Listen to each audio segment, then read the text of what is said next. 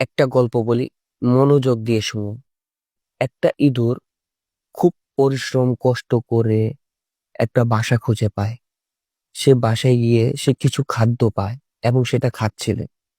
সে বাসার মালিক যখন সেটা দেখতে পারে, তখন সেই মালিক সে ইঁদুরকে চোর ঘোষিত করলো, তাকে চোর বানিয়ে দিল।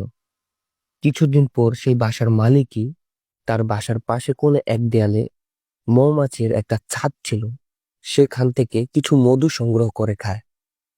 খাওয়ার পর সেই মৌমাছিকে হার্ড ওয়ার্কিং ডিক্লেয়ার করে দিল। সাপ কোনোদিন জানে না সে কতটা বিষাক্ত, আর মানুষ সে তো কোনোদিন নিজের ভুল স্বীকার করবে না।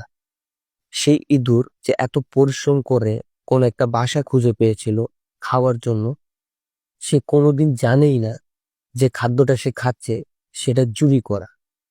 ঠিক সেইভাবে যে মালিক বাসার, সে জানেই না সে যে মৌমাছির মধু খাচ্ছে সেটাও চুরি চুরি।